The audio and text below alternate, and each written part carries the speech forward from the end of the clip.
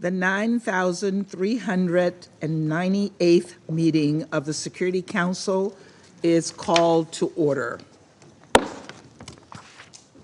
The provisional agenda for this meeting is the situation in the Democratic People's Republic of Korea. The agenda is adopted. In accordance with Rule 37 of the Council's Provisional Rules of Procedure, I invite the representative of the Republic of Korea to participate in this meeting.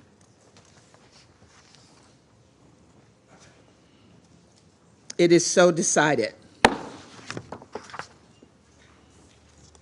In accordance with Rule 39 of the Council's Provisional Rules of Procedure, I invite the following briefers to participate in this meeting. Mr. Volker Turk, United Nations High Commissioner for Human Rights. Ms. Elizabeth Saman, Special Rapporteur on the Situation on Human Rights in the Democratic People's Republic of Korea. Mr. Il-yuk Kim, Civil Society Representative. It is so decided.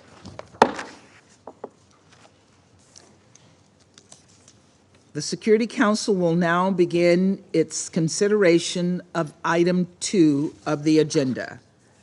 I now give the floor to Mr. Volker Turk.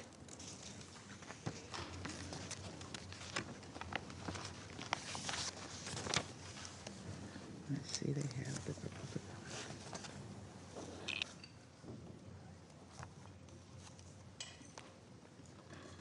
Is Mr. Turk on? I saw him on the video earlier.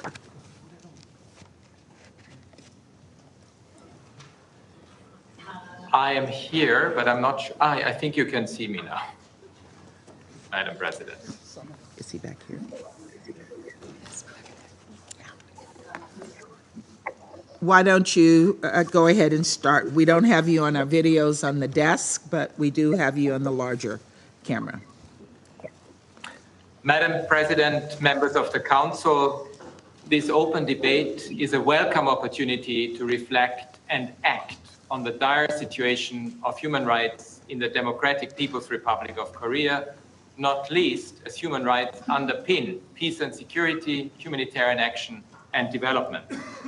Human suffering of such scale and magnitude engenders instability internally and has wider implications. And rarely has the DPRK been more painfully closed to the outside world than it is today. This is a result of government policies that were initially linked to containing the COVID-19 pandemic, but which have grown even more extensive as the pandemic has waned. Information collected by my office, including through interviews and from public information issued by the government itself, indicates increasing repression of the rights to freedom of expression, privacy and movement, the persistence of widespread forced labor practices, and a worsening situation for economic and social rights due to the closure of markets and other forms of income generation. Anyone who views so-called reactionary ideology and culture, a term used for information from abroad, and in particular the Republic of Korea, may now face imprisonment of 5 to 15 years. Any person found to have distributed such content faces life imprisonment or even the death penalty. A travel permit system enables the state to control all travel within the country. It imposes prison terms for up to 3 months without trial and in a state labor camp for violating travel orders. Following the closure of the country's borders in response to the pandemic, border guards were explicitly ordered to use lethal force against people approaching the border without prior notice. Since the border shutdown, only a handful of people have managed to leave the DPRK. Widespread imposition of forced labor by the state has continued during the recent border closures. According to our information, state-run institutions have continued to rely on forced mobilization of men and women without pay to maintain the operation of key sectors of the economy, such as construction, mining, and agricultural production. This long-standing and profoundly disturbing practice of forced mobilization has extended to children, as noted by the United Nations Committee on the Rights of the Child. In interviews, a number of men sent to work in other countries for the purpose of generating income for the state described conditions that are tantamount to forced labor. These include extensive surveillance, physically arduous and sometimes dangerous work, minimal health and safety measures, long working hours without breaks or holidays, and inadequate remuneration, as the vast majority of their wage is taken by the state. Within the country, markets and other private means of generating income have been largely shut down, and such activity is increasingly criminalized. This sharply constrains the ability of people to provide for themselves and for their families. Given the limits of state-run economic institutions, many people appear to be facing extreme hunger, as well as acute shortages of medication. In March 2023, the UN Food and Agriculture Organization noted, and I quote, that a large portion of the population suffers from low levels of food consumption and poor dietary diversity, with food security expected to remain fragile in light of persisting economic constraints and agricultural shortfalls. There are reports that starvation exists in parts of the country. The authorities acknowledge some of the challenges and have indicated that they are open to international cooperation to address them. However, to date, offers of humanitarian support have been largely rebuffed or made impossible owing to border closures. International humanitarian actors, including the United Nations country team, remain barred from the country, along with almost all other foreign nationals. Madam President, while in the past the people of the DPRK have endured periods of severe economic difficulty and at other times severe repression of their rights, currently they appear to be suffering both. According to our information, people are becoming increasingly desperate as informal markets and other coping mechanisms are dismantled, while their fear of state surveillance, arrest, interrogation, and detention has increased. This situation follows decades of chronic human rights violations, some of which the government has acknowledged. They have been catalogued in detail by the Commission of Inquiry that was mandated by the Human Rights Council a decade ago, and whose groundbreaking report contributed to the creation of this agenda item. Recent reports of the Secretary General to the General Assembly, reports by my office to the Human Rights Council, and the work of the Special Rapporteur have added to this litany of suffering. The government's surveillance over its citizens at home and abroad has grown to an intensity rarely seen in other countries. People's rights to privacy are systematically violated. Homes are subjected to random searches. Neighbors and family members are encouraged to report on each other. Punishments for even minor infractions can be severe, possibly amounting to gross violations of human rights. The exercise of fundamental human rights to freedom of expression, thought, conscience, religion, peaceful assembly, and association may be sanctioned by extrajudicial killing, enforced disappearance into one of the country's political prisons, or other severely disproportionate punitive measures. Thousands of enforced disappearances have been perpetrated by the state over the past 70 years, including of Koreans from both north and south of the Korean demilitarized zone, and the abduction of other foreigners, mostly Japanese nationals. I sympathize deeply with the families of those who were abducted or disappeared, and who now are or would be aged in their 80s and 90s. It is imperative that we exert all efforts to ensure some measure of justice before it is too late. The same consideration applies to the North-South cross-border family reunion scheme that has given hope and deeply valued connection to tens of thousands of separated families. This scheme has been cruelly stalled since 2018 due to political tensions. For all the victims of the many violations and crimes committed over decades in and by the DPRK, accountability is essential. In the absence of meaningful actions towards this goal by the authorities of the state, I encourage action by other member states or in international fora, including the International Criminal Court.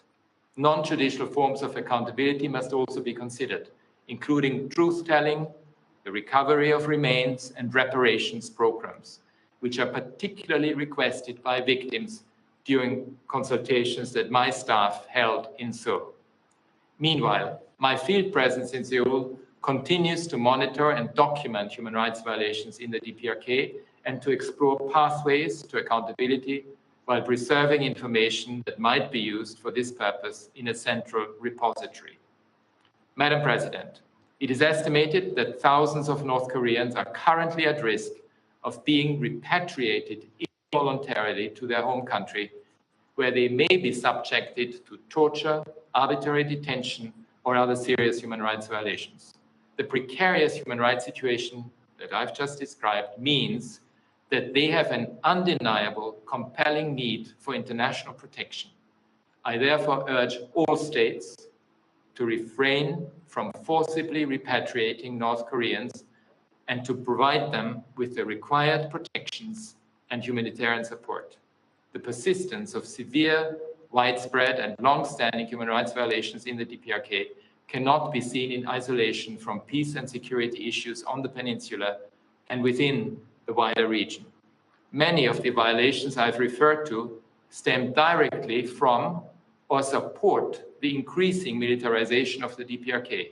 For example, the widespread use of forced labor, including labor in political prison camps, forced use of school children to collect harvest, the requirement for families to undertake labor and provide a quota of goods to the government, and confiscation of wages from overseas workers, all support the military apparatus of the state and its ability to build weapons.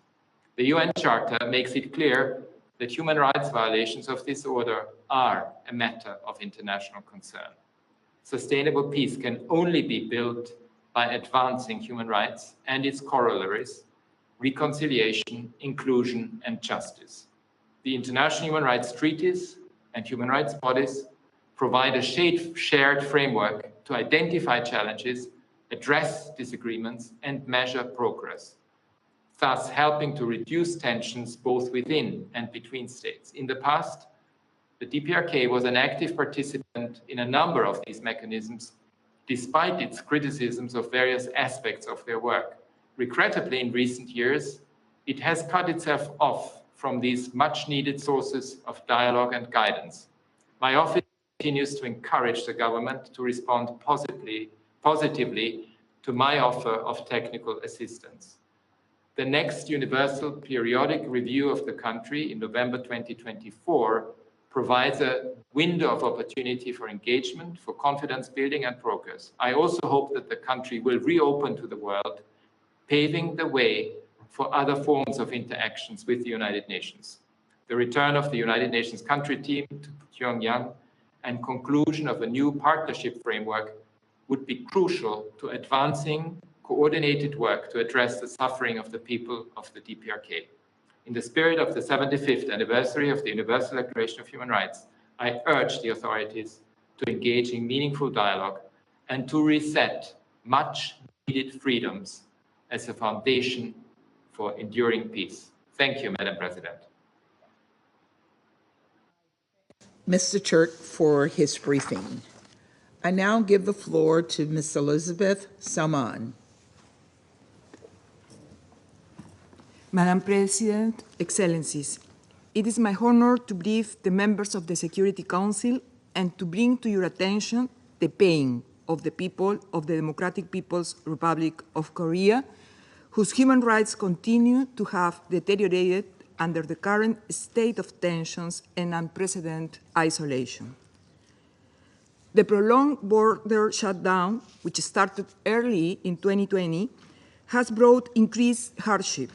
The informal markets in the country, known in Korean as Jangmadang, have been significantly repressed, depriving a vast number of people from their livelihoods and preventing many from buying food. Women have been particularly affected given the rising involvement in commercial activities. Some people are starving.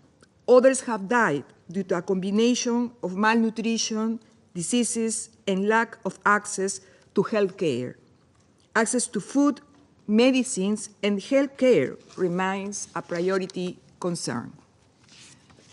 Excellencies, this year marks the 70th anniversary of the Korean Armistice Agreement signed in 1953. Yet, there is currently no visible sign of peacemaking on the horizon. On the contrary, the frozen conflict is being used to justify continued militarization within the DPRK with devastating effects on its people. Songun, the military-first policy, gives priority to the allocation of resources to the military, thereby reducing the limited resources for respecting and fulfilling the people's human rights. Militarization also promotes the systematic exploitation of the population. The leadership in the DPRK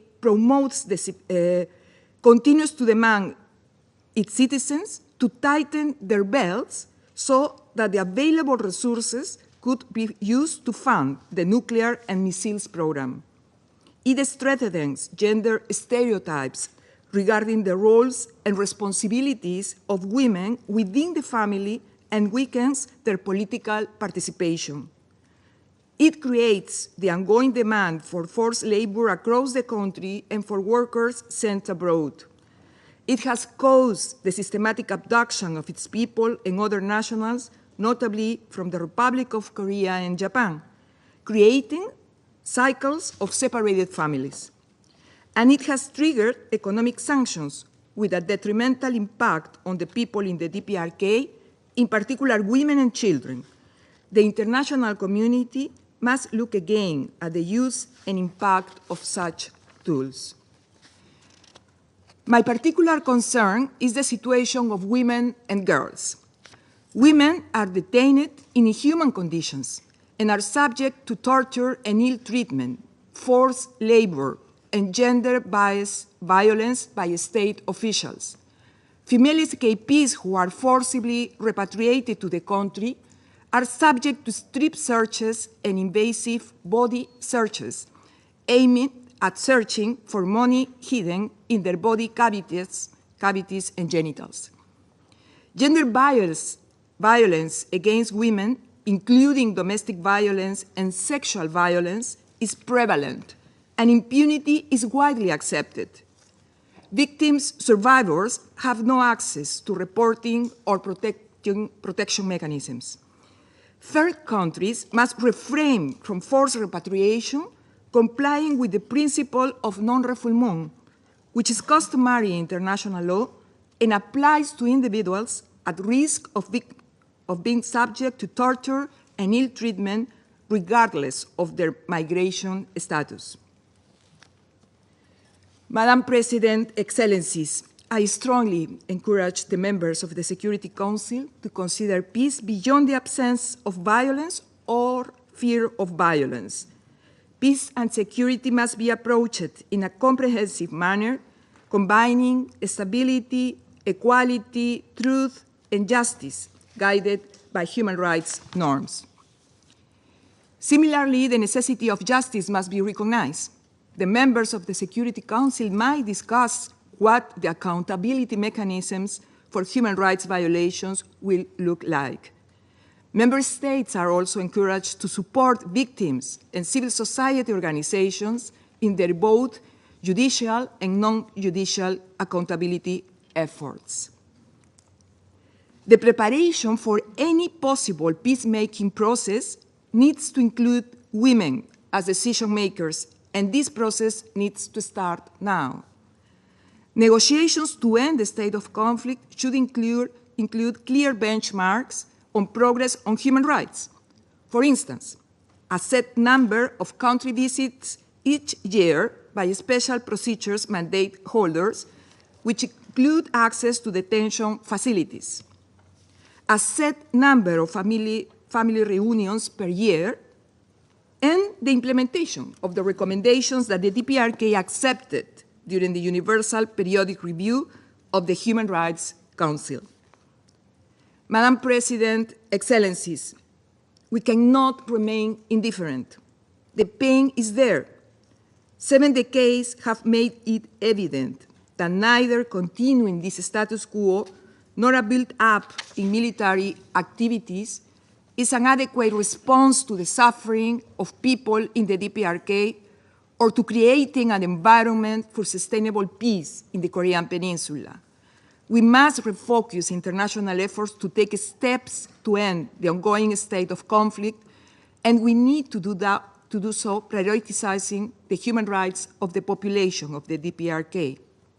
I call upon the Security Council to place the protection of human rights at the center of a reinvigorated peace and security agenda. Thank you for your attention. I thank Ms. Salman for her briefing.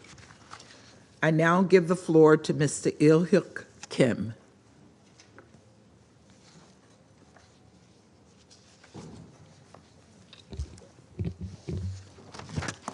Good morning. My name is Il-hyuk Kim. I was born and raised in a small village in North Korea. Due to my country's poverty, I was forced to do unpaid labor from my young age. When I should have been studying hard, instead, I was soaked in sweat while planting and harvesting crops. Most of the grain went to the military, and all we were left with was the worry of what we could eat the winter. Extreme pandemic restrictions have made North Korean lives harder than ever. And we are also facing a reign of fear that isolate North Koreans and harshly punish people just for accessing foreign information. Even when starved, the North Korean government has no policy to help us. The government turns our blood and sweat into luxurious life for the leadership and missiles that blast our hard work into the sky. We used to think that the money spent on just one missile could feed us for 3 months. But the government doesn't care and is only concerned with maintaining their power, developing nuclear weapons and creating propaganda to justify their actions. Even with such hardship, North Koreans cannot express any dissatisfaction to their government. Our people have no human rights, no freedom of expressions, and no rule of law. So anyone who disagrees is taken to a political prison camp where they will do hard labor until they die, or they are simply shot to death. The North Korean government has eradicated basic human rights from my homeland. When my family left North Korea to go to South Korea, my father's sister knew we were leaving and said goodbye to us. North Korea's secret police found out and arrested, tortured, and beat her for several months because she didn't report our escape. My aunt ended up in a political prison camp for the supposed crime of not reporting on her older brother's family. At that time, she had a 5-year-old son and a 3-year-old daughter, and she was forced to say her last goodbye. to our beloved children. I cannot understand how my aunt and 2 cousins could have deserved this fate.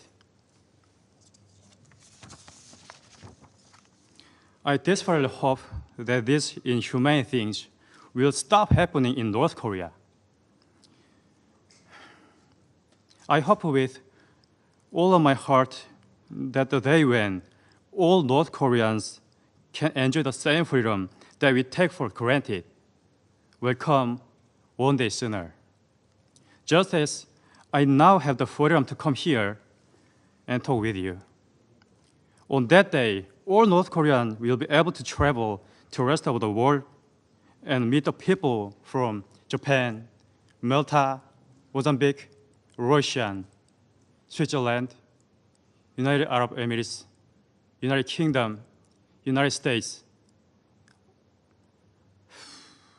Albania, Brazil, China, Ecuador, French, Cuba, China.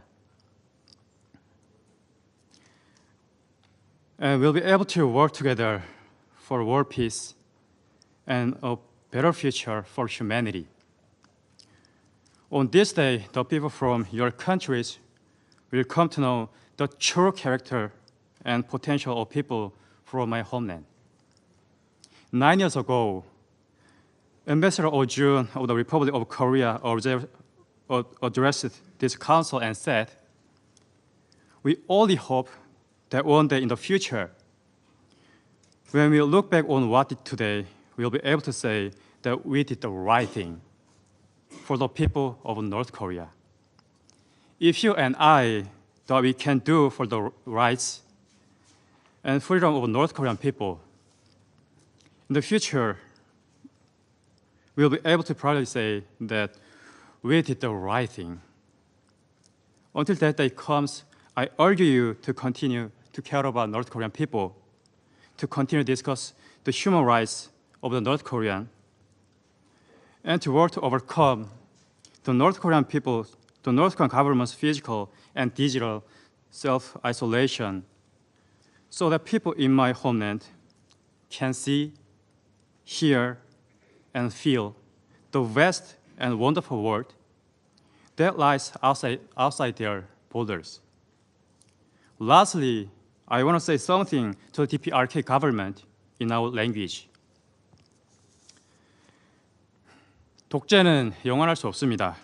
더 이상 죄짓지 말고 이제라도 인간다운 행동을 하시기 바랍니다. 우리 북한 사람들도 인간다운 삶을 스스로 선택할 수 있는 권리를 가진 사람들입니다.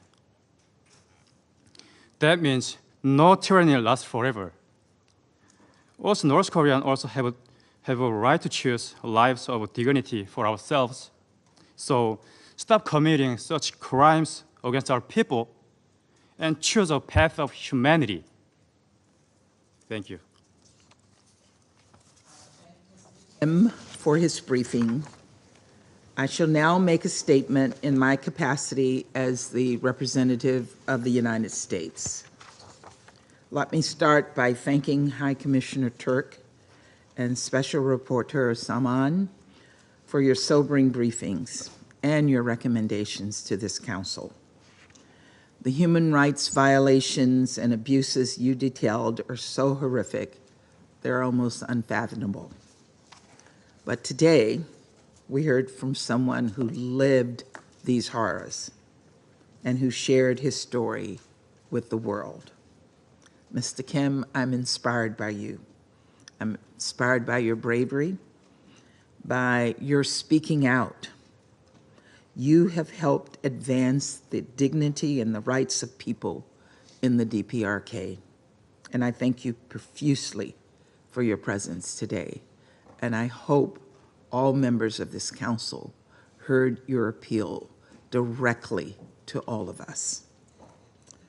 Colleagues, this year we mark the 75th anniversary of the Universal Declaration of Human Rights, which recognizes that, and I quote, the equal and inalienable rights of all members of the human family is the foundation of freedom, justice, and peace. The vast majority of the world and every Security Council member has signed on to this foundational document. And this council has repeatedly affirmed its responsibility to protect human rights, given its inherent connection to conflict and stability. Now this council has not always lived up to that responsibility, but there have been recent flashes of progress. In April, for example, we unanimously adopted a resolution condemning the Taliban's restrictions on women and girls. And last December, we adopted a resolution on Myanmar that called on all parties to respect human rights. Still, this council has been silent on a host of other human rights abuses, including abuses carried out by one of the most repressive and totalitarian states in the world, the DPRK. You all just heard from all three of our briefers who describe the situation that we are faced with from the DPRK. Inaction is unacceptable, which is why the United States joined Albania and Japan in requesting this long overdue meeting. This is an undeniable matter of international peace and security, one that demands the Council's attention, especially because the human rights situation in the DPRK has not improved since the UN Commission of Inquiry issued its landmark report almost a decade ago, which found the DPRK government had committed systematic, widespread, and gross human rights violations, and that in many instances, the violations entailed crimes against humanity. Reports indicate the DPRK continues to hold more than 80,000 individuals in political prison camps, where according to reports, they are widely subjected to arbitrary or summary executions, torture, starvation, gender-based violence, forced abortions, and forced labor. The DPRK government has also engaged in acts of transnational repression against its own citizens and foreign nationals. The DPRK's activities abroad have included assassination, surveillance, intimidation, abduction, and forced repatriation, sometimes with the assistance of other governments, and sometimes without the consent of other governments, which shows the DPRK lack of respect for state sovereignty. Colleagues, we cannot have peace without human rights, and the DPRK is a case in point. Kim Jong-un's repressive totalitarian control of society and the systemic widespread denial of human rights and fundamental freedoms ensures the regime can expend inordinate public resources developing its unlawful WMD and ballistic missile programs without public objection. This war machine, which stands in violation of multiple Security Council resolutions, is powered by repression and cruelty. But make no mistake, the regime neglects the well-being of people in the DPRK. Its food distribution policies favors the military and lead to chronic malnourishment among its citizens. Pyongyang also relies on forced labor and the exploitation of workers domestically and overseas to power its unlawful weapons program. Security Council Resolution 2397 required all member states to repatriate DPRK nationals earning income in their jurisdiction no later than December 2019. Unfortunately, instead of repatriating some individuals and fulfilling their Security Council obligations, some council members have repatriated people who have fled the DPRK, people seeking a better life, people seeking freedom, people in need of protection like Mr. Kim. I recently met with 10 young defectors from the DPRK who risk everything for freedom. And I was brought to tears as they told me about their dangerous escapes, sometimes twice as they were returned after their first attempts. They told me about harrowing conditions from which they fled and what it's like to be separated from their loved ones. One defector said he wants nothing more than to see his dad again. He told me how much it pains him to not be able to wish his dad a happy birthday. But while the defectors I met are cut off from their country, they have never stopped dreaming of a brighter future for the DPRK. They've never stopped fighting for those who still live under tyranny. We must follow the example of these young activists, like Mr. Kim. The modern world has no place for the DPRK government's brutality, and the international community and this council must continue to speak out against this injustice and its destabilizing impact on regional and international peace and security. The United States has made human rights a key focus of our presidency of the Security Council this month, and we will continue to promote human rights and fundamental freedoms at home and around the world. No country has a perfect human rights record. We all have our flaws. But in open societies, people can protest. They can drive progress forward. In the DPRK, a closed, hermetically sealed country, everything is shrouded in secrecy. People are under constant surveillance, and those who speak out can be thrown in prison or worse, even executed. So we must give voice to the voiceless, and we must take up their cause. I suspect some in this chamber will shrug off Mr. Kim's brave testimony or call this meeting another demonstration of U.S. hostility. That is deeply cynical and it's absurd.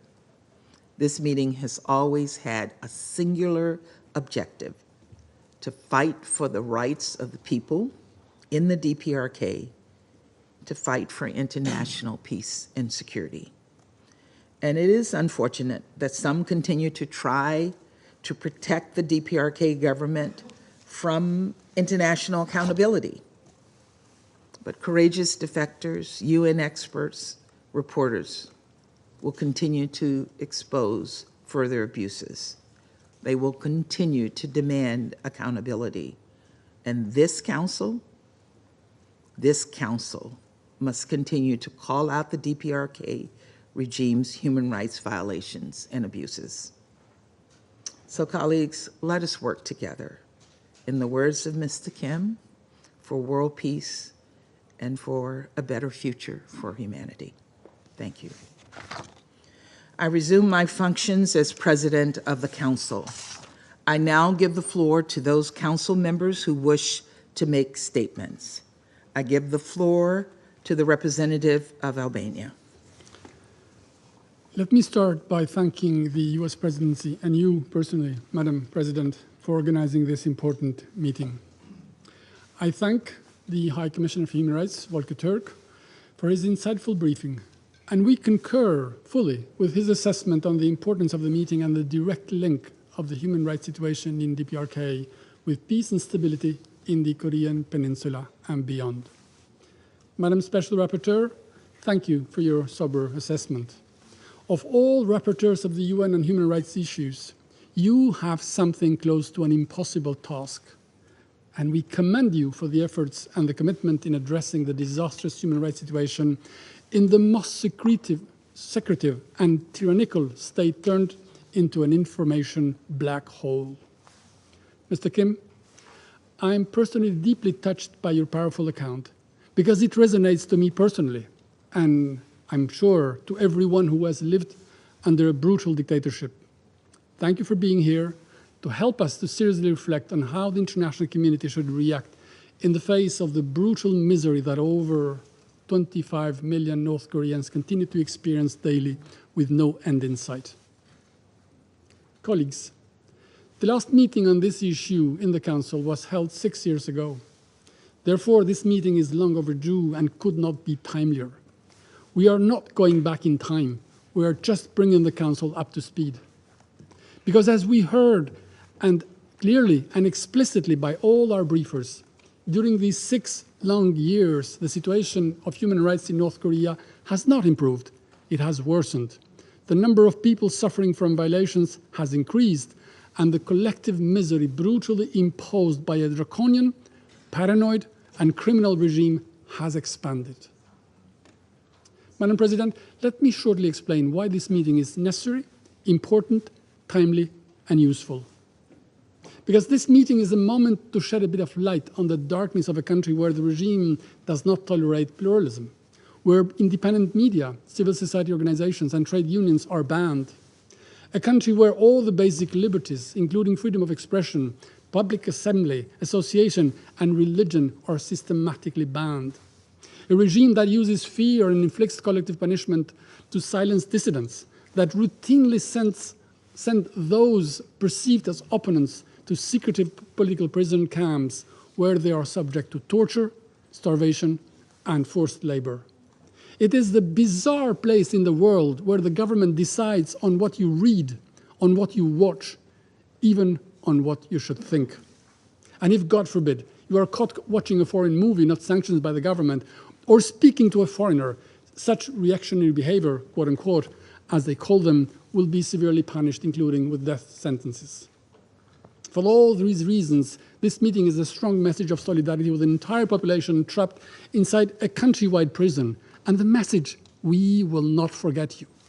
It is an expression of sympathy and support for all those who, after having escaped the labor camps, are praying not to be repatriated back to DPRK in compliance with the principle of non-refoulement. It is a manifestation of support for all political prisoners and all those forced to work in concentration camps. It is a meeting for all the malnourished children who are entitled to healthy upbringing, not starvation, who need quality education, not military parades, for all the women and girls forcibly trafficked and subject of sexual violence from high-ranking military officials in detention centers, held in inhumane conditions and deprived from food. Colleagues, this meeting is also a call to a regime whose priority and obsession is and remains militarization, more weapons, more missiles, more warmongering policies. The unlawful weapon of mass destruction and ballistic program are developed, and we know it, in open disregard of the Security Council decisions, and the systematic, widespread, and gross human rights violations committed by the DPRK institutions and officials serve the DPRK's unlawful activities. Because the regime is stealing food on the family table, is denying medicine to the hospitals, is starving people in labor camps, is using children only to invest in its nuclear and ballistic program. These have been reported continuously by independent UN rapporteurs and other credible reports, and were confirmed this morning by the High Commissioner and other briefers. This is why this meeting is also another attempt to rally the Security Council to stand up against policies and actions that put in serious danger peace and security in the Korean Peninsula. And as the Special Rapporteur highlighted, the DPRK regime must be held accountable, not shielded in its repeated flagrant breaches of international law and human rights, because shielding the regime means being against the people. Madam President, there is so much more to say, but I would like to conclude with a few words, wishing that, in a way or another, they be heard somewhere in North Korea. And this is a personal account, like the one that we heard from Kim. A bit more than 3 decades ago, like most of my compatriots, I was living under a similar regime, just like the current one in North Korea, so paranoid that it had crumbled upon itself, totally self-isolated and forgotten in its madness, and having invested for decades in what it considered at that time to be the best defense weapons, bunkers. Hundreds of thousands of concrete monsters of all sides were built and planted everywhere, used as an effective propaganda tool to convince a recluse population I was part of we could resist every foreign attack, an attack that never came because no one had an intention to attack my country, except for the need of the sick thoughts of the nomenclatura to subjugate its people with fear. When youth fomented change in the early 90s, when our part of the Berlin Wall fell, we discovered that the only things that we were left with were the absolute misery and the bunkers. Fast forward, and in the course of the 3 decades, my country has developed more than during the last 300 years. It did not happen by any miracle, but simply due to one simple thing. We understood that you can go faster and farther by investing in people, in rights, in freedoms, in cooperation with neighbors, and in openness with the world. And those who for decades were considered as our worst enemies turned out actually to be our best friends. If ever North Korea was looking for a lessons learned, this is one. Weapons will never change the country. They will never feed the population. They will never bring prosperity. Instead, freedom, rule of law, education, health, investment in human capital, cooperation and trade with neighbors will shorten the path to the future, a future North Koreans deserve. And they don't need to go far for this. Just have a look across the DMZ at the south. This is why, colleagues, as council members and friends, I hope, with the North Koreans, we should consider a duty to raise our voice against all the human rights violations because rights and their absence determine everything for people. Those we all have committed to put in the center of our attention and work, and as proven, they have a direct impact on peace and security in the DPRK and everywhere. And I thank you. I thank the representative of Albania for their statement, and I now give the floor to the representative of Japan. Thank you, Madam President.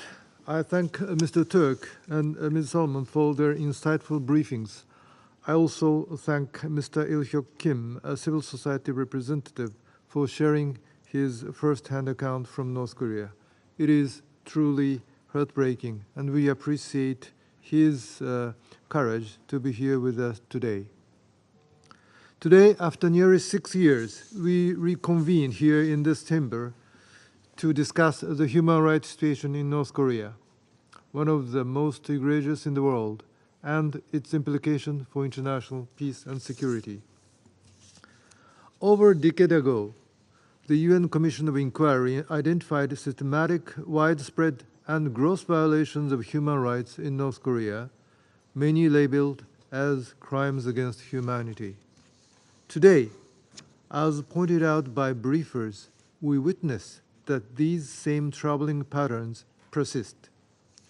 The dreadful human rights situation in North Korea remains stagnant, showing no improvement of even signs of it. Japan finds this deeply alarming and unacceptable. Their insights also underscore the Commission's assertion that North Korea is unparalleled in its human rights violations in the contemporary world. Madam President, the reason for this stagnation is clear. North Korea staunchly imposes on its people the regime's pursuits, in particular its unlawful nuclear and missile developments. This alone compellingly illustrates the inextricable link between North Korea's human rights abuses and its pursuit of militaristic ambitions. But it does not end there. The relevant Security Council resolutions and General Assembly resolutions reveal another facet of North Korea's disturbing scheme: the exploitation of its people overseas. Sent to foreign shores, these individuals are trapped in a life of servitude, their efforts in directly supporting North Korea's unlawful nuclear and missile programs. Worse still is the regime's denial to people at home. North Korea has been diverting essential resources toward its unlawful development of nuclear weapons and missiles at the expense of the welfare of people in North Korea, while they have great unmet needs. According to the State of Food Security and Nutrition in the World 2023, nearly half is undernourished in North Korea. That is a staggering number of 12 million people. How many mouths could have been fed? How many lives uplifted, including the young generation, had these resources been properly channeled? Madam President, for perspective, consider this. North Korea has launched a record number of 70 or more missiles last year, and they have already launched ICBM-class ballistic missiles 4 times this year in violation of multiple Security Council resolutions, most likely capable of reaching all parts of Asia, Europe, North America, Africa, and even some of South America. North Korea has also indicated they will continue such unlawful and dangerous acts, including mass production of nuclear warheads. The intertwining of human rights violations with international peace and security cannot be more obvious in the case of North Korea. I must stress that addressing such deep concerns is clearly central to the mission of this Council. Madam President, please allow me to raise a particularly serious human rights violation by North Korea: abductions. Many Japanese citizens, including a girl as young as 13, were kidnapped by North Korean agents. The act of international abductions infringes on a nation's sovereignty and jeopardizes the well-being and safety of its citizens, thus posing a serious risk to the international community. The abductees remain trapped, their agonies renewed each passing day, and as High Commissioner Turk noted, with every tick of the clock, aging families despair, as their dreams of reunion remain unrealized. Many have unfortunately passed away, with the pain of separation as their last memory of their loved one. But Japan is not alone. The OHCHR recognizes nationals from the Republic of Korea, China, France, Lebanon, Malaysia, Romania, Singapore, and Thailand to have shared this sorrow. The urgency is palpable. I urge the international community to come together to achieve the speedy return of each and every abductee. Madam President, this year marks the 75th anniversary of the Universal Declaration of Human Rights. While strides have been made, the grave human rights landscape in North Korea and its unsettling implications for international peace and security stands out starkly. It is imperative that North Korea heeds the messages from this Council today. It is high time they embarked on tangible measures to address serious human rights violations, cease its unlawful nuclear and missile programs, fully comply with all relevant resolutions, and return to dialogue. At the same time, it falls upon this Council to consistently bring the situation in the DPRK to the fore until North Korea recalibrates their stance on human rights and genuinely commits to fostering international peace and security. We must continue our work. I thank you. I thank the representative of Japan for their statement, and I now give the floor to the representative of France.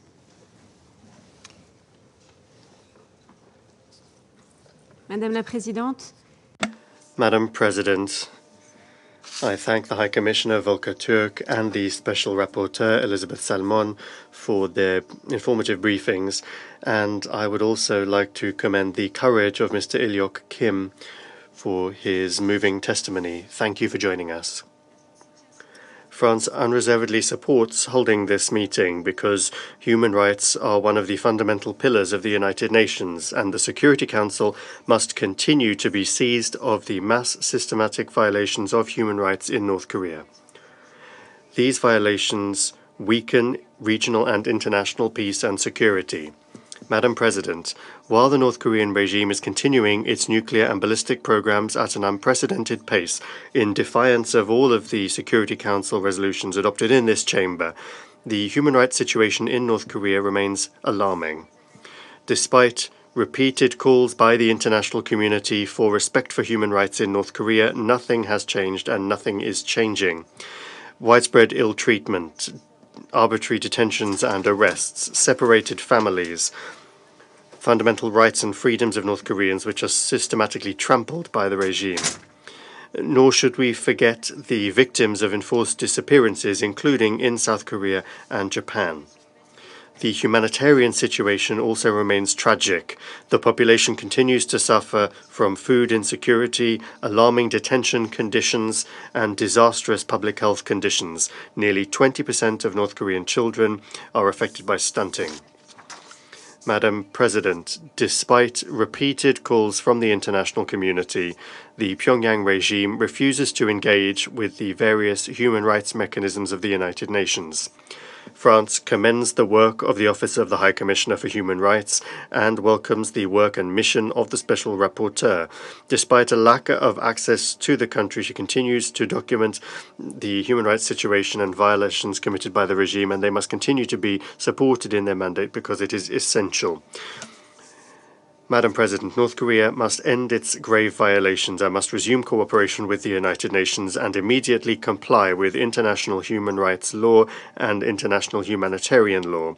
France calls upon North Korea to re-engage in dialogue with the international community and facilitate the return of international humanitarian personnel and diplomatic missions on its territory. It is essential that the Pyongyang regime allow United Nations staff to return to North Korea and that it guarantees complete, safe, unfettered humanitarian access to the entire territory so that all of the aid needed by the population can reach them. Thank you. I thank the representative of France for their statement, and I now give the floor to the representative of Ecuador.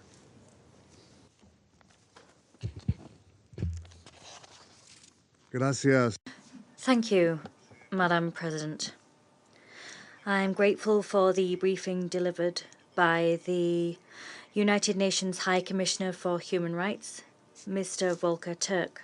I also give thanks for the briefing of the UN Special Rapporteur on the situation on human rights in the Democratic People's Republic of Korea, Ms. Elizabeth Salmon.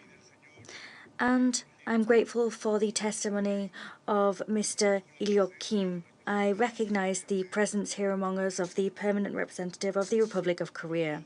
When the UN requested that the DPRK deliver its opinion on the implementation of Resolution 4617 of the Human Rights Council, the government of the DPRK responded that it does not recognize the resolutions of that council, resolutions which it believes are products of hostile policies. In that case, how is it possible to argue that the human rights situation in a country must be considered exclusively within the Human Rights Council if that country decides not to comply with the provisions of the relevant resolutions of that body, or even of the General Assembly of the United Nations? With Resolution 77/226 adopted on the 15th of December, the General Assembly condemned the DPRK for diverting its resources towards the development of nuclear weapons and ballistic missiles, instead of using them to ensure the well-being of its people. I must recall that the Security Council itself has addressed the issue. It's done so in resolutions 2321 of 2016 and 2371, 2375 and 2397 of the year 2017. These resolutions insisted on the need for the DPRK to respect and ensure the well-being and inherent dignity of its people. At the same time, these resolutions deplored the severe hardships with which the people of that country are forced to endure. Moreover, this council has condemned the DPRK, and I quote, for manufacturing nuclear weapons and ballistic missiles instead of ensuring the well-being of its people, when that people has major unmet needs. Of course, for Ecuador, there are no good hands in which nuclear weapons can fall. All nuclear weapons are reprehensible, particularly when in 2022, global expenditure on these weapons exceeded $82 billion. And when that expenditure was against the backdrop of growing food insecurity and famine throughout the world. However, the continued deterioration of the situation besetting the people in the DPRK stands in stark contrast with the arms race and the nuclear program, which alone exacerbate tensions on the Korean Peninsula and throughout the world. Moreover, this very council, in the resolutions to which I referred, itself referred to the grave situation of food insecurity besetting the people of the DPRK. Those suffering grave food insecurity included a vast number of pregnant and breastfeeding women, and girls and boys under the age of 5. They were at the risk of malnutrition. Moreover, a quarter of the country's total population suffers chronic malnutrition, and 41% of the population is undernourished. My delegation urges the DPRK to cease its human rights violations and to put an end to its weapons of mass destruction programs and ballistic missile programs. It must do so in a complete, verifiable and irreversible fashion. We also urge the DPRK to resolve the issue of abducted persons and to proceed with their immediate return, including with the immediate return of Japanese nationals and nationals from the Republic of Korea. The conclusions of the Commission of Inquiry on the Human Rights Situation in the DPRK, established 10 years ago now, remain relevant.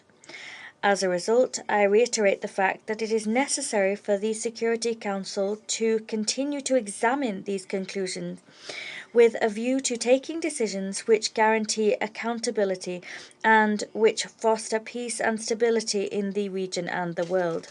I thank you. I thank the representative of Ecuador for their statement, and I now give the floor to the representative of Ghana. Thank you, Madam President. And I begin by noting the objectives for this meeting and reaffirm Ghana's support for the human rights pillar of the work of the United Nations. We thank the briefers for their perspectives and encourage their further efforts in helping and encourage the further efforts of the relevant United Nations bodies in helping the DPRK to fully fulfill its obligation to promote and protect the rights of its citizens. In this regard, we welcome the work of the UN Human Rights Mechanisms on the DPRK and appreciate their efforts to raise awareness on the gaps needed to be addressed to ensure full respect for the human rights of the people of the DPRK.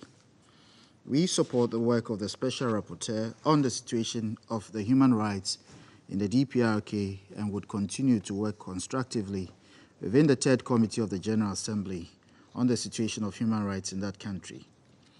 Madam President, as we commemorate the 75th anniversary of the Universal Declaration on Human Rights, we underscore the importance of respect for the entire spectrum of human rights in upholding the dignity of all persons and for the progress and stability of societies. We emphasize the need for human rights issues not to be politicized and for equal attention to be given to economic, social, and cultural rights as is given to civil and political rights. This is important to sustain peace across the globe. This year also marks the 70th anniversary of the Korean Armistice Agreement. The commemoration should spur us all on to foster peace and promote reconciliation. Securing the union of separated families is one way of building trust among the Korean people and can also play an important role in promoting reconciliation, peace, and stability on the Korean Peninsula and the region in general. We therefore encourage the DPRK and the Republic of Korea to prioritize work on finding ways to resume reunions online or offline. We appeal to the authorities of the DPRK to release and return the 17 Japanese nationals officially recognized by the government of Japan as having been abducted. We further call on the DPRK authorities to provide the families of all persons who have been abducted or otherwise considered as forcibly disappeared with full information on their fate and whereabouts if they have survived, and allow those who remain alive and their descendants to return immediately to their countries of origin, and in close cooperation with their families and nations of origin, identify and repatriate the physical remains of those who have died. Madam President, Ghana notes the increasing challenges of gathering independent and credible information on the situation of human rights in the DPRK since the outbreak of the COVID-19 pandemic. We urge a constructive engagement between the DPRK and the United Nations to support efforts in assuring the human rights of its nationals and addressing the growing humanitarian needs. While concerned by the human rights and humanitarian situation in the DPRK, we firmly hold the view that country-specific human rights questions should be dealt with by the relevant UN human rights bodies, with the narrow and limited exception being instances where systematic and widespread violation of human rights aggravates an ongoing conflict situation, and where a state is either incapable or unwilling to address the matter as verified from independent sources. We therefore express reservations on the Council's further consideration of this matter and urge the appropriate UN human rights bodies and mechanisms with existing mandates to continue efforts to gather all available information and data and report on the human rights situation of the North Korean people. In conclusion, Ghana reiterates her support for the human rights pillar of the work of the United Nations and encourages global respect for human rights and the fundamental freedoms of all persons without distinction as to race, sex, language, or religion, as called for by Article 1, Paragraph 3 of the United Nations Charter. I thank you for your attention. I thank the representative of Ghana for their statement, and I now give the floor to the United Arab Emirates. السيدة الرئيسة. Madam President, I thank High Commissioner Volker Turk for his briefing. We've listened intently to the briefing by the Special Rapporteur on the situation on human rights in the DPRK, Elizabeth Samuel, and to the moving testimony of civil society representative Mr. Kim and his calls to the international community. The UAE condemns the DPRK for continuing to develop its nuclear and ballistic capabilities, which is a clear threat not only to neighboring states but also to international peace and security. We call upon the DPRK to respect international law and to stop its flagrant violations and to comply with relevant Security Council resolutions. This includes stopping any launching of ballistic missiles. Madam President, the UAE attaches great importance to international human rights law, especially the fundamental responsibility of states to protect and promote human rights on its territories and within their jurisdiction. This is a fundamental principle of the United Nations. UN reports on human rights violations in the DPRK are highly worrying, as is sexual and gender violence against women and girls, and the abductions of foreigners and other violations. UN reports indicate that 40% of the people in DPRK are suffering from acute malnutrition, and 20% of children are suffering from stunting.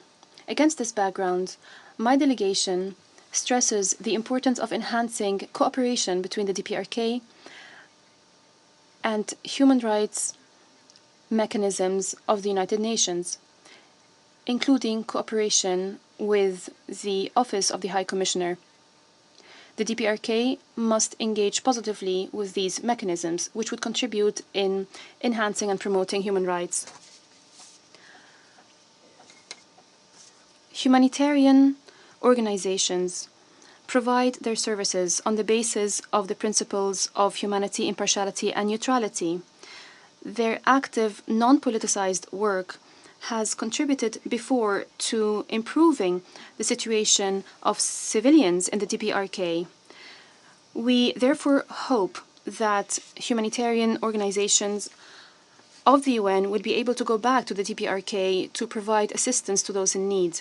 We call the DPRK to give priority to the safety of its people and to channel its limited resources to ensure food security and to meet all developmental needs. In conclusion, Madam President, the UAE stresses the importance of ending the cycle of confrontation, stagnation, and escalation through constructive dialogue and quiet diplomacy, away from provocation and threatening rhetoric. This is the best way to reduce tension and restore trust. This would contribute to achieving peace and security in the Korean Peninsula. We call upon the DPRK to cooperate with UN organizations and international community on issues related to peace, security, non-proliferation, and human rights. At the same time, we stress that this Council must pursue a united approach to deal with threats to international peace and security, including in the Korean Peninsula. I thank you, Madam President. I thank the representative of the United Arab Emirates for their statement, and I now give the floor to the representative of Switzerland. Merci, Madame la Thank you, Madam President. We thank the High Commissioner for Human Rights, Mr. Turk, and the Special Rapporteur on the situation of human rights in the DPRK, Ms. Salmon, for their presentations. We also welcome the participation of Mr. Ilyok Kim, and we thank him for his courageous testimony. Each month this year, this Council has been compelled to meet to address the issue of the DPRK's nuclear and ballistic missile programs, and it has done so rightly given the threat that these pose to peace and security. On the other hand, it has been almost 6 years now since this Council formally discussed human rights in the DPRK. Indeed, today's meeting is a timely one. We have just heard that serious and systematic violations of human rights continue in the DPRK. We have heard that some violations could even constitute crimes against humanity, and we know that the resources allocated to the costly military and nuclear programs are sorely lacking when it comes to meeting the needs of the people. People that, let's not forget it, is facing increased food insecurity and high levels of poverty. We know that their situation has been made even worse by the increased isolation caused by the pandemic. In addition to the government's political choices, the people's situation is also due to the lack of rapid and unhindered access for humanitarian actors. That access must be guaranteed. In the DPRK, surveillance, coercion, fear, and punishment are used to stifle the freedom of expression, association, and peaceful assembly. The list of human rights violations in the DPRK is long. Torture, arbitrary detention, and the forced removal of political prisoners to camps are just a few examples of the serious and systematic violations. Faced with this grim picture, we recall that human rights are universal, indivisible, and inalienable. We also recall the DPRK's obligation to put an immediate end to all violations. We also recall its obligations pursuant to international human rights law. In particular, the DPRK has ratified the International Covenants on Civil, Political Rights and Economic, Social and Cultural Rights. While every violation of human rights requires a response, the situation of Korean women and girls is equally a cause for concern. As mentioned by the Special Rapporteur, there is a need for effective protection of victims and survivors of sexual and gender-based violence, as well as a policy of prevention. This is in the interest of every society. Finally, the DPRK is also obliged to respect the Convention on the Elimination of All Forms of Discrimination against Women. Madam President, Only justice and accountability can prevent the recurrence of such violations. The fight against impunity for serious human rights violations is therefore of pivotal importance. The perpetrators of human rights violations must be held accountable for their acts. We propose that this Council examine all options at its disposal to guarantee that these violations do not go unpunished. Finally, in order to respond to human rights challenges, we require credible information. This is why we appreciate the efforts of all those, including civil society, who are conducting research on this issue. We also call upon the government of the DPRK to grant access to the Office of the UN High Commissioner for Human Rights and to the Special Rapporteur. Madam President, the grave human rights situation in the DPRK threatens stability and peace in the region and beyond. As a consequence, this Council cannot forget the people of the DPRK. We must work for positive and lasting change for the Korean people. Switzerland encourages member states to continue to engage the DPRK on the issue of human rights, and it calls upon the DPRK to enter into dialogue and to cooperate with international mechanisms. I thank you. I thank the representative of Switzerland for their statement, and I now give the floor to the representative of Mozambique. Thank you, Madam President. Mozambique wishes to pay tribute to Mr. Volker Turk, the UN High Commissioner for the Human Rights, for his important contribution, not just to this topic, but also to the tireless work in the promotion and protection of human rights around the world.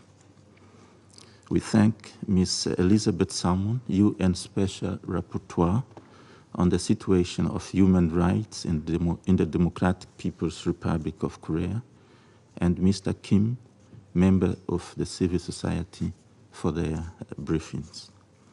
We acknowledge the presence in this meeting of the permanent representative of the Republic of Korea. Madam President, since its inception, our organization inscribed in the Charter in a very clear terms our collective faith in the fundamental human rights, in the dignity and worth of human person, in the equal rights of men and women. This is the reason why we believe that protection of human rights is of utmost importance for international peace and security. Moreover, the mandate of the Human Rights Council includes, I quote, to contribute through dialogue and cooperation towards the prevention of human rights violations and respond promptly to human rights emergency, end of quote. Therefore, on the eve of celebrating the 75th anniversary of the Universal Declaration of Human Rights, Mozambique calls for the need of full compliance with UN Security Council relevant resolutions and all the United Nations instruments related to the protection and promotion of human rights. They can play a major role at creating a peaceful environment in the Korean Peninsula. In this connection, the situation of the Korean Peninsula deserves our attention. We need to take constructive measures aiming to end current tensions and all activities that undermine peace and stability in the region.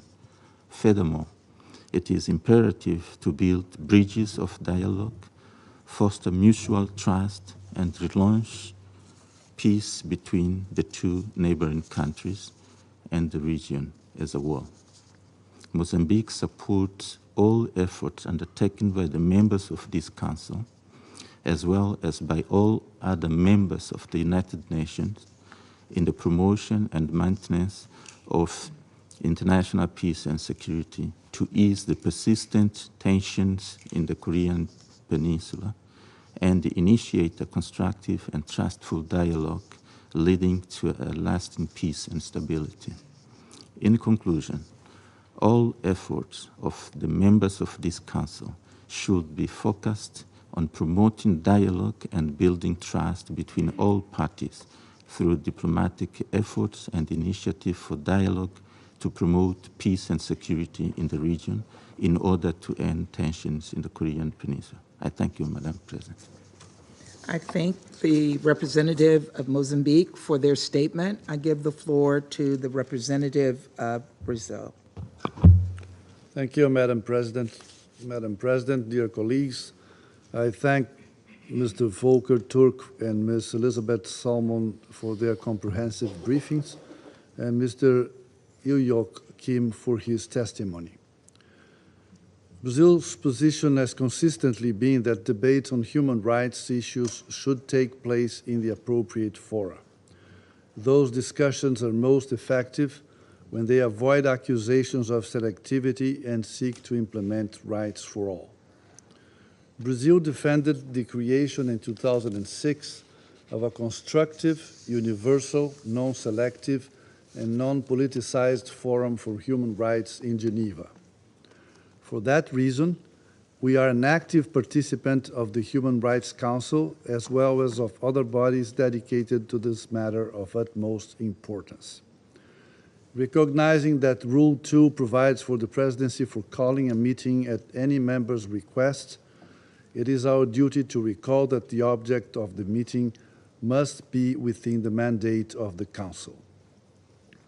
Madam President, Brazil remains concerned about the persistent reports of systematic violations of human rights in the DPRK and has participated in discussions on the subject in the appropriate United Nations bodies. Brazil has also supported resolutions concerning the situation of human rights in the DPRK, both in the Human Rights Council and in the Third Committee of the General Assembly. We have been equally vocal in drawing attention to the grave humanitarian situation faced by the country's civilian population. We continue to be troubled by findings of the panel of experts that conclude that the sanctions regime in itself has had unintended impacts on the humanitarian situation. We must do more to reduce these impacts. We therefore reiterate our call for a sustained process of engagement with the DPRK. Only through dialogue can the many issues in the file begin to be addressed, including the human rights situation in all its dimensions. Isolation does not help the people of the DPRK, nor does it bring us closer to our goal of a Korean peninsula that is peaceful, stable, and free of nuclear weapons. Thank you. I thank the representative of Brazil for their statement. I now give the floor to the representative of China. Madam President, China opposes the Council's consideration of the human rights situation in the DPRK. That position is crystal clear. According to the UN Charter, the primary responsibility of the Council is the maintenance of international peace and security, not addressing human rights issues. The human rights situation in the DPRK does not pose a threat to international peace and security. At present, the international situation is fraught with change and turmoil, with crises and challenges of all kinds. The world in which we live is facing rising instability and uncertainty. The Council should focus on fulfilling its responsibility under the Charter, striving to promote the peaceful settlement of disputes and the resolution of geopolitical confrontations and dealing with major and urgent issues that threaten international peace and security. For some time now, the situation on the peninsula has remained tense and confrontation has intensified. All parties should exercise calm and restraint, do more for peace and stability, and refrain from mutual provocation and escalatory words and deeds. At this complex and sensitive time, the Council should play a constructive role in resuming talk and easing tensions. Pushing the Council to consider the human rights situation in the DPRK will not only not help to ease, but escalate the situation. It is irresponsible, unconstructive, and an abuse of the Council's power. If the relevant country is really concerned about the regional peace and stability and the welfare of the people of DPRK, they should take concrete actions and make concrete proposals to promote mutual trust and resume talk. Support the adjustment of the sanctions against the DPRK, especially in the area of people's livelihoods, and immediately lift the unilateral coercive measures that have led to the deterioration of the human rights situation in the country. The question of the peninsula, as a remnant of the Cold War, has protracted until today. It is essentially a political and security issue. The hype on the human rights issue of the DPRK in the forum of the Security Council, in an attempt to divert attention, shirk responsibility, and exert pressure, will not help the resolution of the issue, but it will only do harm. What relevant party should really do, what relevant countries should really do, is to show political will, take practical actions to respond to reasonable concerns of DPRK, and make efforts and create conditions for the resumption of talk. In conclusion, I wish to reiterate that China always commits to the maintenance of peace and stability, denuclearization, and resolution through dialogue and consultation on the peninsula. We're ready to continue to play a constructive role in promoting a political solution to the question of the peninsula and the realization of long-lasting peace and stability in Northeast Asia. Thank you. I thank the representative of China for their statement, and I now give the floor to the representative of Malta. Thank you, President. I thank High Commissioner Turk and Special Rapporteur Salmon for their valuable contributions. I also thank Mr. Kim for his powerful and courageous testimony. Malta recognizes the inextricable link between human rights and advancing international peace and security. We commend the work of human rights bodies and mechanisms, such as the Human Rights Council, who continue to highlight the long list of human rights violations occurring within the DPRK, despite the complete lack of cooperation by state authorities. It is almost 10 years since the Commission of Inquiry on Human Rights in the DPRK exposed systematic, widespread, and grave violations amounting to crimes against humanity. These violations continue to persist and are intrinsically linked to the threats posed by the DPRK to international peace and security. We call on the DPRK to adhere to its international obligations under Security Council resolutions. It must completely, verifiably, and irreversibly abandon its nuclear and ballistic missile programs and return to the Non-Proliferation Treaty and IAEA safeguards. We urge the DPRK to sign and ratify the CTBT. President, civilians in the DPRK continue to live in a climate of government-induced fear. As we have heard today from our briefers, the humanitarian situation in the DPRK remains dire, with severe levels of food insecurity and large segments of the population enduring chronic malnutrition. Children are especially impacted by the situation. North Korean authorities must allow international humanitarian organizations rapid and unhindered assistance to the most vulnerable groups, including prisoners.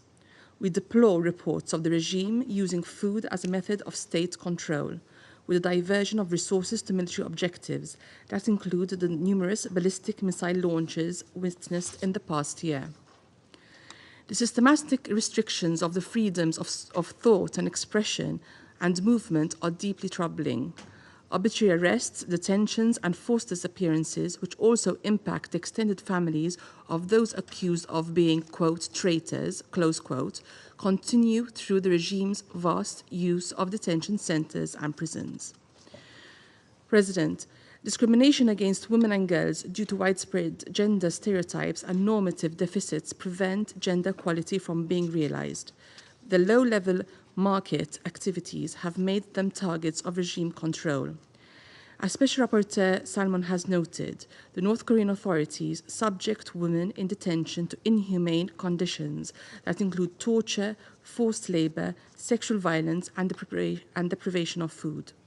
We concur with her recommendation to address the patriarchal root causes of gender-based violence, to promote women's awareness of their rights, and to engage men as part of the solution to ending violence against women. Furthermore, reports concerning forced child labour are disturbing, despite claims by the DPRK denying such practices. Such practices are a grave violation of children's rights. The DPRK has also abducted foreign nationals outside its borders, many of whom remain unaccounted for. Malta calls on the DPRK to provide full information about all those kidnapped and unlawfully detained and to immediately release all abductees. We stress that the DPRK government must be held accountable for its abhorrent practices against its own people, including the trafficking of women and girls and the exploitation of children. The DPRK must meaningfully cooperate with UN human rights bodies and to initiate a dialogue with the Special Rapporteur and Special Procedure thematic mandate holders and invite them to carry out official country visits. President, we further call on states to fully implement their obligations under the sanctions regime and refrain from engaging in or assisting with any sanctions violations. The use of revenue generated by North Korean workers overseas to fund the DPRK's illegal weapons program also constitutes human exploitation. We call on states to repatriate all DPRK nationals earning income in their jurisdiction in full accordance with international law. President, in conclusion, I would like to remind the Council of our shared objective, peace and denuclearization of the Korean Peninsula. Human rights are not optional, nor are they an isolated concern. They are the foundation upon which a stable and peaceful Korean Peninsula must be built. Thank you. I thank the representative of Malta for their statement. I now give the floor to the Russian Federation. Thank you, Madam President. Today we are once again witnessing a shameless attempt by members of the Security Council from among the Western states and the American presidency itself to use the Council to advance their own self-serving politicized agenda. This meeting is in no way linked to the developments on the ground and was not initially included on the draft program of work proposed by the American presidency at the beginning of the month. It's clear that, understanding how provocative this idea was, our American colleagues tried to avoid the well-founded criticisms of members of the Security Council. The fact that this provocation was planned in advance is indicated by the fact that Albania, the United States and Japan circulated among the members a concept note that they'd cooked up calling for Council members to focus discussions on discussing the human rights situation in the DPRK in the context of international peace and security. I'd like to underscore that these sorts of notes are circulated according to long-standing practice only by the presidency of the Security Council in relation to the signature events that they are organizing, where the presidency genuinely does have an opportunity to independently determine the subject and format of the discussion. This then makes us wonder, Madam President, is today's meeting another signature event of your presidency? And if it is, why was it not properly announced at the beginning of the month? And if it isn't, then on what basis have you, together with Albania and Japan, assigned yourself the right to steer discussions in the Security Council? These actions on your part are nothing other than a gross violation of established practice in the Council's work. The steps that you have taken are unjustified. They serve purely propaganda purposes and contradict the mandate of the UN Security Council. Human rights, as is well known, does not fall within that mandate. That is discussed in relevant fora, first and foremost the UN Human Rights Council and also the Third Committee of the General Assembly. Any attempt to link human rights to international peace and security, or threats to international peace and security advanced by the backers of today's meeting, is absolutely artificial. Moreover, attempts to introduce into the work of the Security Council issues that do not fall within its mandate divide its attention, politicize the discussion, and thus undermine the authority of the Council in general. It's clear that convening today's meeting is nothing other than a cynical and hypocritical attempt by the US and its allies to advance their own political agenda, to step up pressure on Pyongyang, and to distract attention from the reckless escalatory actions of Washington and its allies in the region. They are the ones that are creating a real threat to international peace and security.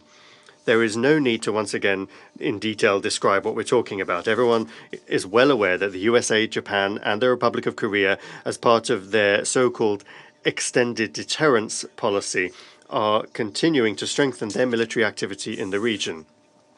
One of the main trends is the increasingly large-scale nature of the exercises they're carrying out and increasing military cooperation. Recently, the world has also witnessed the appearance of an American nuclear submarine off the Korean peninsula and US-South Korean air maneuvers involving US fighters and strategic bombers. Nor should we forget plans to redeploy part of NATO's military infrastructure to the region. We are also hearing dangerous signals about plans from Japan and the Republic of Korea to intensify cooperation with the USA in the nuclear sphere, going as far as the possible deployment on their territory of American nuclear weapons and also the development of their own ones. Russia has consistently opposed any military activity that would jeopardize the security of the Korean peninsula and that of the countries of Northeast Asia. Dangerous actions and statements directly contradict the goal of easing tensions around the peninsula and finding means for a political diplomatic settlement to the situation, which is enshrined in the relevant resolutions of the Security Council.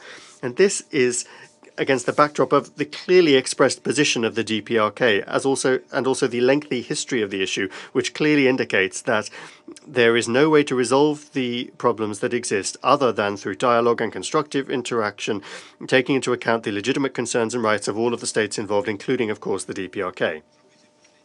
Recent events only further confirm that refraining from provocative acts and returning to the negotiating table is the only possible way to resolve any problems.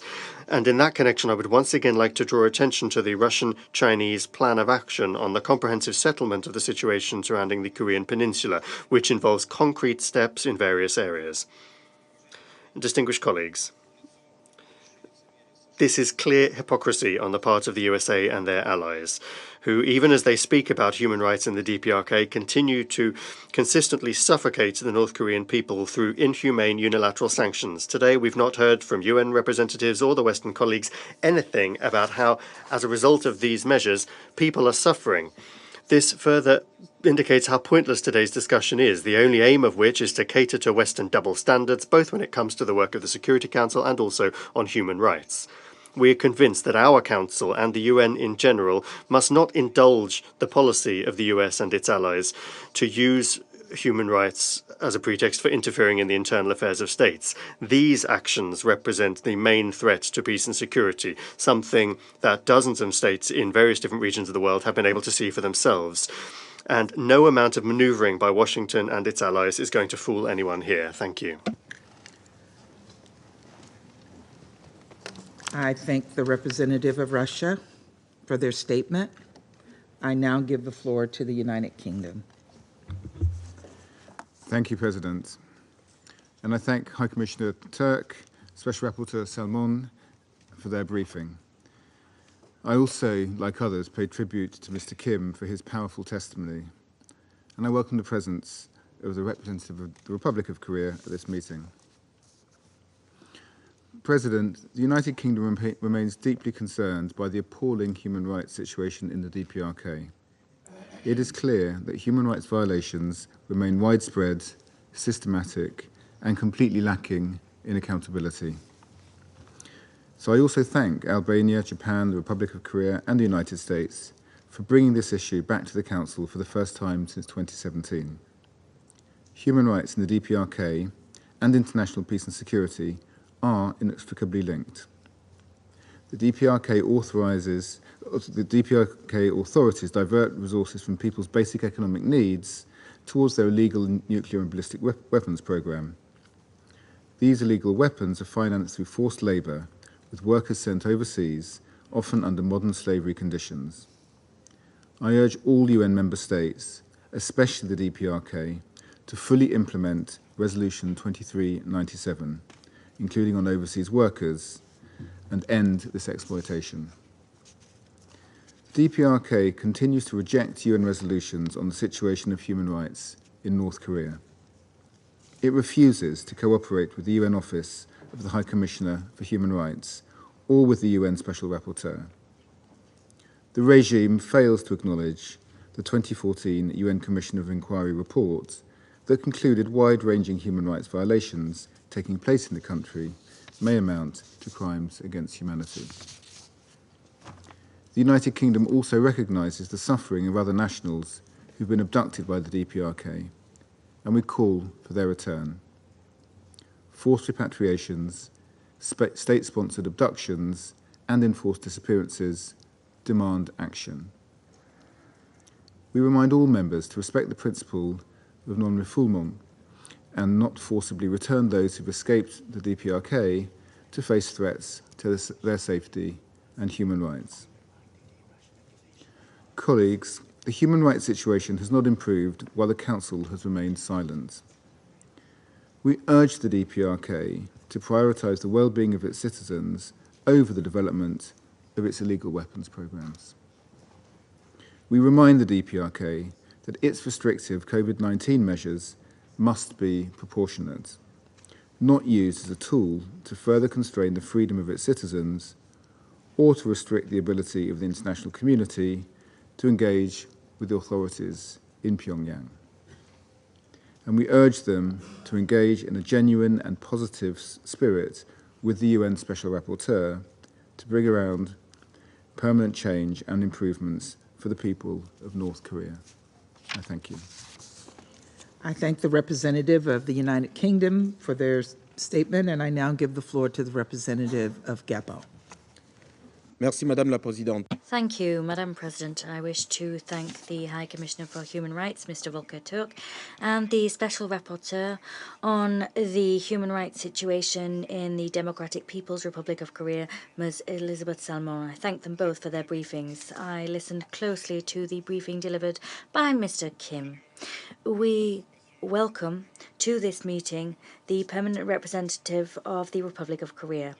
Madam President, I wish to emphasize two concerns which are essential in our view. The first is that my country is committed to the unconditional respect of human rights by everyone and wherever they are under threat.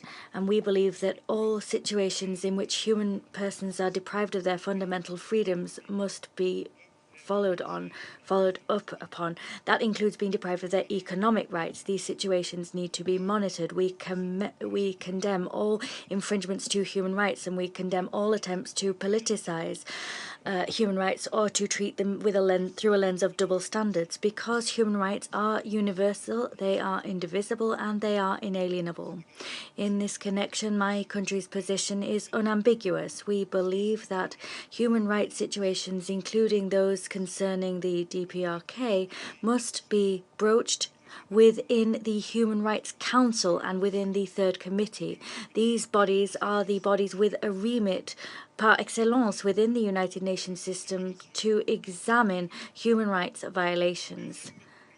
The second concern I wish to air relates to the need to achieve a settlement regarding the military situation of the DPRK. That needs to be achieved through diplomatic channels. For several months, we have noted with concern that there is a radicalization and a hardening of positions, manifesting itself of an escalation of military deterrence in an unprecedented fashion. We're seeing increased missile firing, and it's taking on a worrying scope, and there is a nuclear risk. This climate of tension is a threat not only to the whole of the Korean peninsula, but also to international peace and security. My country has clearly and repeatedly expressed its opposition to missile diplomacy and to inflammatory rhetoric that underpins it. We reiterate our appeal once again to all parties to prioritize dialogue and negotiation on the basis of international law in order to put an end to the threat hovering over the Korean peninsula. I thank you. I thank the representative of Gabon for their statement. The representative of Japan has asked for the floor to make a further statement. There was a reference by one of the member councils to the security policy of Japan with regard to nuclear weapons. So I want to make the following point crystal clear. The three non-nuclear principles: not producing, not possessing, and not allowing the entry of the nuclear weapons, continues to be our basic policy. Thank you. I thank the representative of Japan for their statement. I now give the floor to the representative of Korea. Thank you, Madam President. I'd like to begin by thanking the U.S. Presidency for convening this important meeting, as well as the Security Council members supporting the meeting. My gratitude also goes to High Commissioner Mr. Turk and the UN Special Rapporteur on the situation of human rights in the DPRK, Ms. Salmon, for their excellent briefings, as well as a special briefer, Mr. Kim Il-hyuk, for his courage in sharing his precious and personal account. Early this year, 61 UN member states and the European Union, double the number from last year, sent a letter to request the Security Council to remain seized of the human rights situation in the DPRK in pursuit of a Public Security Council meeting. On behalf of the government of the Republic of Korea and the Korean people, I am grateful to see this request accepted here today after waiting for more than 5 years. As a fellow Korean, I am aware of the immensity of the critical task before me, informing the world of the grim reality facing 25 million North Korean people by delivering a statement only several minutes long. Today, we are not addressing human rights violations in any conflict or war zones, as we often do at the Security Council. We are instead addressing human rights violations in one of the most tightly controlled member states in the world, where systematic, widespread, and gross human rights violations amounting to crimes against humanity take place. DPRK is an example of a perfectly functioning totalitarian system that controls the physical, mental, and intellectual activities of its entire population on a daily basis. The landmark report released in 2014 by the Commission of Inquiry on Human Rights in the DPRK stated that, I quote, "The gravity, scale, and nature of these violations reveal a state that does not have any parallel in the contemporary world," unquote. The DPRK's human rights violations are in clear contravention of the universal values enshrined in the UN Charter and constitute a threat to international peace and security. The COI report clearly recommended that the Security Council should refer the DPRK human rights situation to the International Criminal Court. It also recommended that the Council should adopt targeted sanctions against those who appear to be most responsible for crimes against humanity. Regrettably, since its last meeting in 2017, the Security Council hasn't been able to convene publicly to address DPRK human rights, while the situation remains desperate with no signs of improvement. In addition, severe economic hardship and associated chronic food shortages have been exacerbated by the DPRK regime's self-imposed isolation during the pandemic and the new market-distorting policy adopted last year, banning private transactions of grain.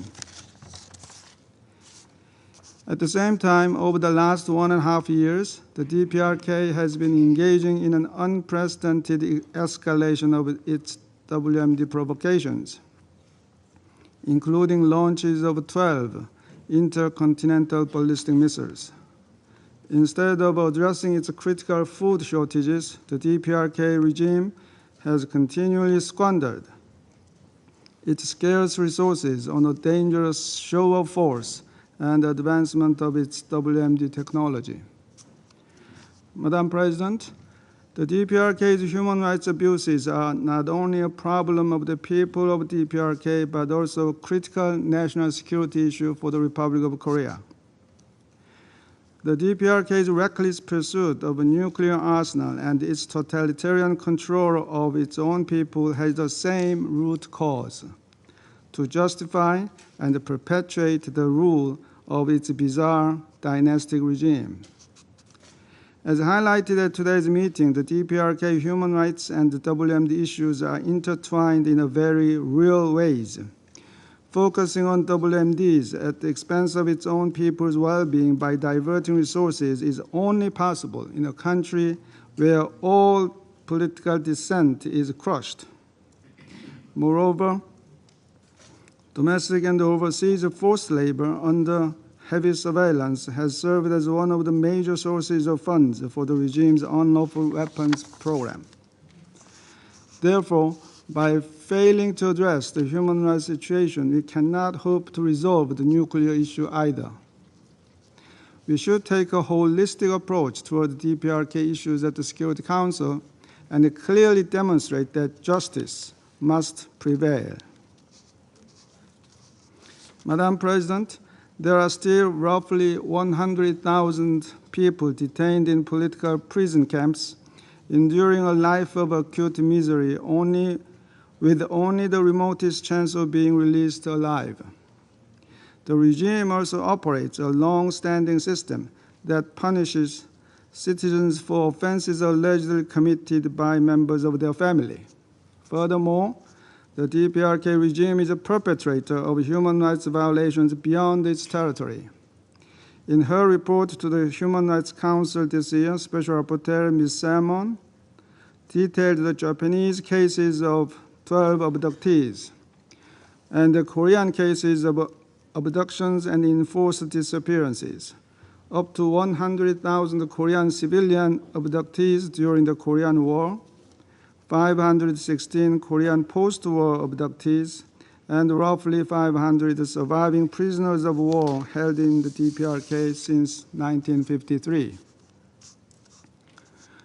Yet another astonishing recent development is the adoption of a series of highly oppressive laws, including the so-called Law on Rejecting Reactionary Ideology and Culture in 2020, the Youth Education Guarantee Law in 2021, and the Pyongyang Cultural Language Protection Law in 2023. As a result, simply watching or sharing South Korean TV dramas or movies is now punishable by death in the DPRK.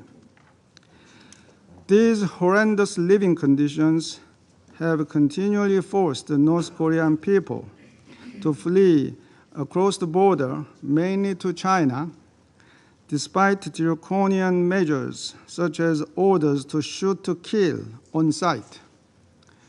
It is both horrifying and heartbreaking to witness North Korean escapees risking everything, including their lives, on their long, arduous road to freedom.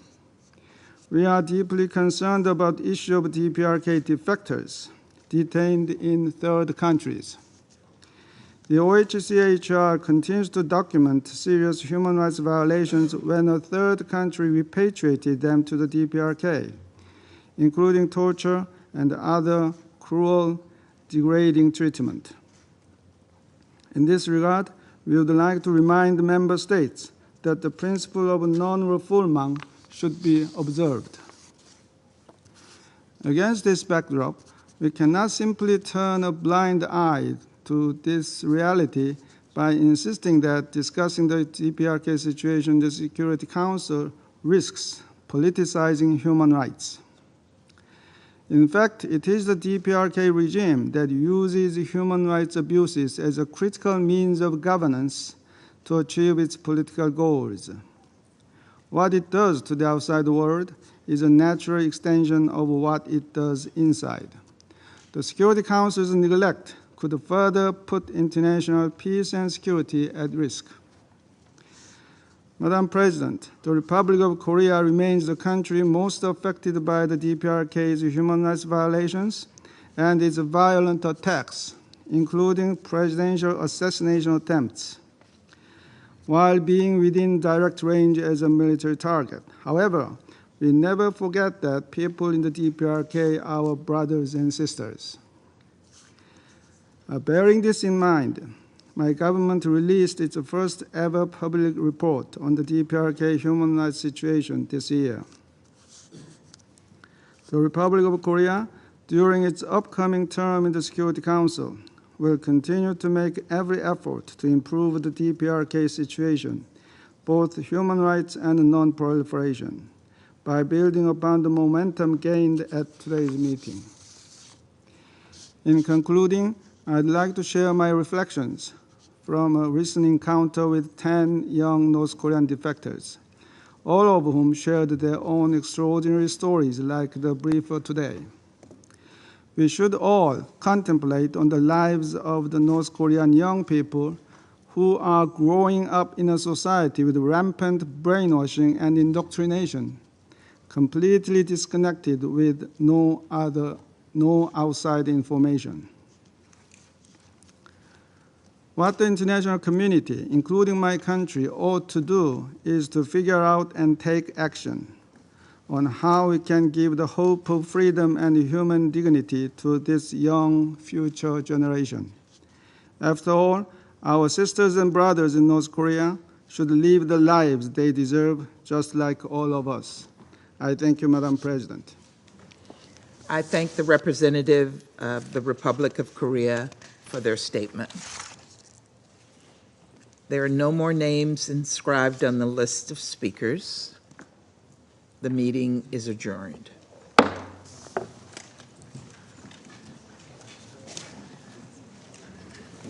Thank you, guys.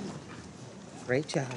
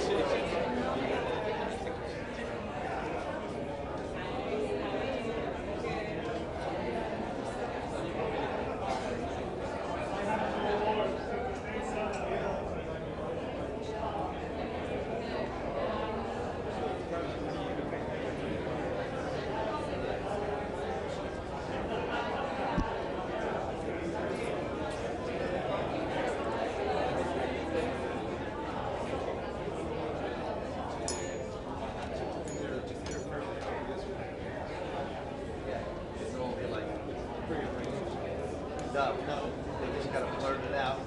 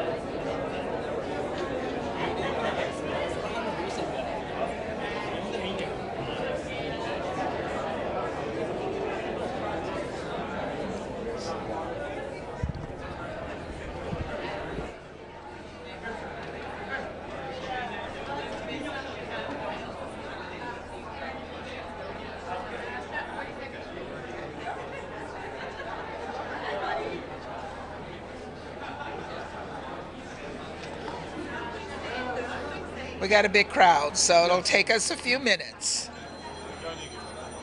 Thank you. Thank you. Thank you. Thank you. Thank you.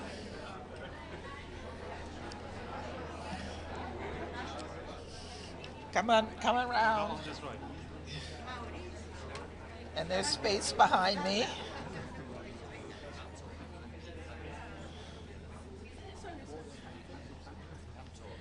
Yeah, come on. Closer. Good afternoon, and thank you for being here. If you would give me a moment, I'd love to read the names of all of the people who are here with me today. And I'd like to deliver this statement in my national capacity on behalf of the 52 member states: the United States, Albania, Andorra, Australia, Austria, Belgium, Bosnia and Herzegovina, Bulgaria, Canada, Costa Rica, Croatia, Cyprus, Czechia, Denmark, Ecuador, Estonia, Finland, France, Germany, Greece, Guatemala, Hungary, Iceland, Ireland, Israel, Italy, Japan, Latvia, Liechtenstein, Lithuania, Luxembourg, Malta, Marshall Islands, Micronesia, Moldova, Monaco, Montenegro, Netherlands, North Macedonia, Norway, Poland, Portugal, Republic of Korea, Romania, San Marino, Slovakia, Slovenia, Spain, Sweden, Switzerland, Ukraine, the United Kingdom, as well as the European Union.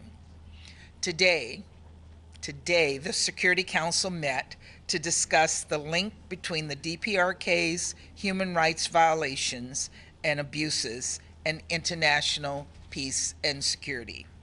This was the first open briefing on this issue since 2017. Earlier this year, 62 co-sponsors, double the year prior, signed a letter requesting the Security Council remain seized with the human rights situation in the DPRK. Today, the Security Council lived up to that expectation. The DPRK government's violations and abuses have been well documented by credible accounts, including numerous UN experts, and have been condemned through many General Assembly resolutions adopted by consensus over the past years. They include arbitrary killings, harsh and life-threatening prison sentences, the punishment of family members for offenses allegedly committed by an individual, and near total state control of expression through censorship and repression. The DPRK government commits acts of cruelty and repression in its own territory, while also perpetrating similar acts in other countries targeting both citizens of the DPRK and others. These include executions, assassinations, abductions, including from Japan and the Republic of Korea, intimidations, and forced repatriation. Alone, these human rights violations and abuses demand the Council's attention. But they are also inextricably linked with the DPRK's weapons of mass destruction and ballistic missile development, ballistic missile advancement in violation of Security Council resolutions. The DPRK government engages in domestic and overseas forced labor and labor exploitation to generate revenue for its unlawful weapons of mass destruction and ballistic missile programs. And the DPRK's repressive political climate allows the government to divert resources to weapons development at the expense of the welfare of the people in the DPRK who suffer from severe economic hardship and malnutrition. None of this is acceptable, and there continues to be a lack of accountability. This year marks the 75th anniversary of the Universal Declaration of Human Rights, the 30th anniversary of the Vienna Declaration and Program of Action, and the 10th anniversary of the creation of the UN Commission of Inquiry on Human Rights in the DPRK. And while we've made great strides forward, we still have a long way to go when it comes to the situation in the DPRK. Last December, many of us stood before you and urged the Security Council to hold an open briefing in 2023 to discuss the DPRK's human rights violations and abuses. And we're pleased to announce that our group of support has grown and that we have succeeded in our objective. We now call on all member states to join us in raising awareness of the links between human rights situations in the DPRK and international peace and security, and to hold the DPRK government accountable for its actions and fully implement Security Council resolutions. Thank you very much. Ambassador, can you give any update on the intelligence on upcoming missile tests by North Korea? I don't have anything on that, thank you. Or anything on Travis King, the U.S. soldier? Nothing on that either. Thank you very much. Ambassador, which other human rights records will you be raising? Which countries' human rights records will you be raising at council level? We've raised DPRK and we've raised other countries during our month because we have decided we're going to focus on human rights, not just regularly in the council, but we're going to focus on human rights intensely during this month, and that's what we have done. China's human rights record?